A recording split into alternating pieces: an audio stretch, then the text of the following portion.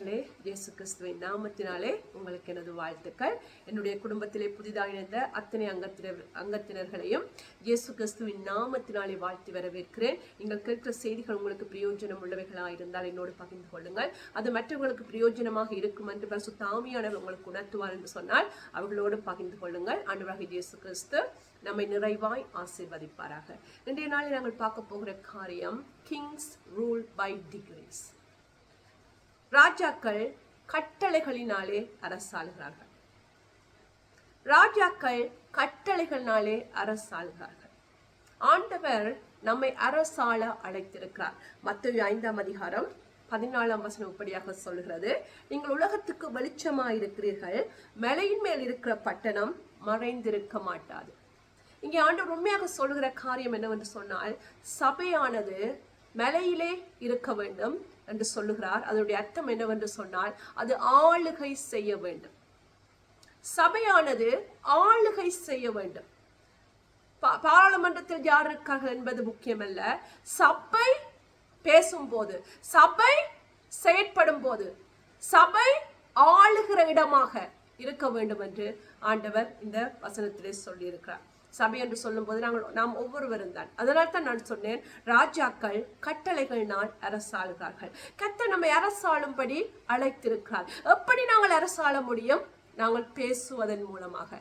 எரேமியாவை பார்த்து ஆண்டவர் இப்படியாக சொல்லுகிறார். எரேமியா 1ஆம் அதிகாரம் 9-10 வசனங்கள் இப்படியாக சொல்லுகிறது, கர்த்தர் தமது கரத்தை நீட்டி என் வாயை தொட்டு, இதோ என் வார்த்தைகளை உன் வாயிலே வைக்கிறேன், என்னுடைய வார்த்தைகளை உன்னுடைய வாயிலே வைக்கிறேன். 10ஆம் வசனம், பார், பிடுங்கவும் இடிக்கவும் அழிக்கவும் கவிழ்க்கவும் கட்டவும் நாட்டவும் உன்னை நான் இன்றைய தினம் ஜாதிகள் மேலும் ராஜ்யங்கள் மேலும் ஏற்படுத்தினேன் என்று கர்த்தர் என்னுடனே சொன்னார். ஆண்டவர் சொல்லுகிறார் எரேமியாவை பார்த்து, என்னுடைய வார்த்தைகளை நான் உன்னுடைய வாயிலே வைக்கிறேன். எதற்கு? பிசாசுடைய காரியங்களை பிடுங்கவும் இடிக்கவும் அழிக்கவும் கவிழ்க்கவும், தேவனுடைய ராஜ்யத்தை கட்டவும் நாட்டவும். அதே போலத்தான் பிரியமானவர்களே, கர்த்தருடைய வார்த்தைகள் நம்முடைய வாயிலிருந்து, அந்த வார்த்தைகளை நாங்கள் விசுவாசத்தோடு பேசும்போது நாங்கள் அரசாளுகிறவர்களாக மாறுகிறோம்.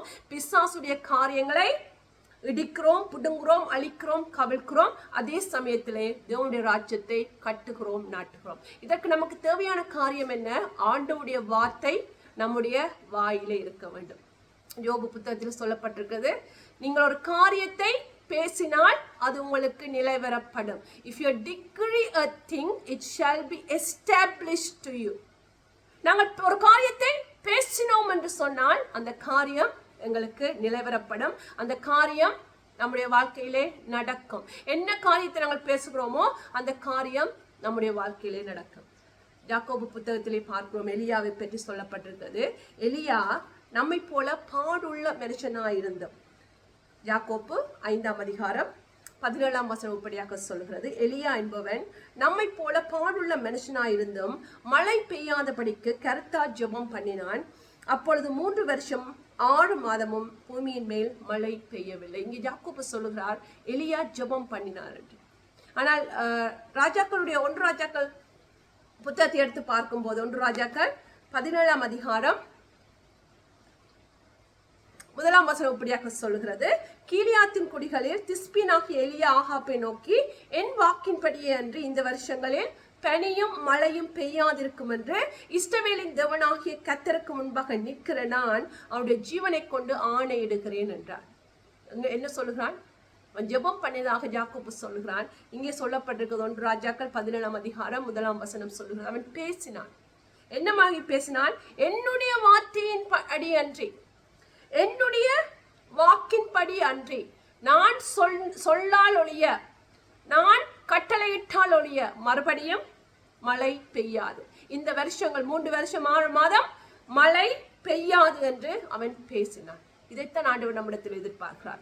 நாங்கள் பேச வேண்டும், கட்டளை கொடுக்க வேண்டும், அரசாள வேண்டும். அதற்காக கர்த்தர் நம்மை அழைத்திருக்கிறார். நாங்கள் உலகத்துக்கு வெளிச்சமா இருக்கிறோம். சபை மேலையில இருக்கிற பட்டணமா இருக்கிறது. நாங்கள் மேலையின் மேல் இருக்கிற பட்டணமா இருக்கிறோம். எப்படியாக நாங்கள் அரசாள முடியும்? ஆண்டவர் என்ன சொல்லி இருக்கிறார்? நீங்கள் அரசாள வேண்டும். எப்படி அரசாள வேண்டும்? என்னுடைய வார்த்தைகளை நீங்கள் பேசுவதன் மூலமாக, என்னுடைய வார்த்தைகளை உங்களுடைய வாயிலே வைத்து அதை நீங்கள் பேசும்போது நீங்கள் அரசாளுகிறவர்களாக மாறுகிறீர்கள். எனக்கு பிரியமானவர்களே, ஆண்டவர் நம்மை அரசாளும்படி அழைத்திருக்கார். நம்முடைய சூழ்நிலையை பார்த்து பேசும்படி அழைத்திருக்கார். நமக்கு எதிராக இருக்கிற மலைகளை பார்த்து பேசும்படி அழைத்திருக்கார். நாங்கள் அப்படியாக பேசும்போது நாங்கள் அரசாளுகிறவர்களாக மாறுவோம். ஆனால் அப்படி பேசுவதற்கு கர்த்தருடைய வார்த்தை நம்முடைய வாயிலே இருக்க வேண்டும். முதலாவது நம்முடைய இருதயத்தில் இருக்க வேண்டும். இருதயத்தின் நிறைவினால் வாய் பேசும். முதலாவது நம்முடைய இருதயத்தில் இருக்க வேண்டும். அந்த ஸ்பிரிச்சுவல் அண்டர்ஸ்டாண்டிங் இருக்க வேண்டும். வெறுமனே வசனங்களை மனப்பாடம் பண்ணுவதல்ல, படிப்பது மட்டுமல்ல, மனப்பாடம் பண்ணுவது மட்டுமல்ல,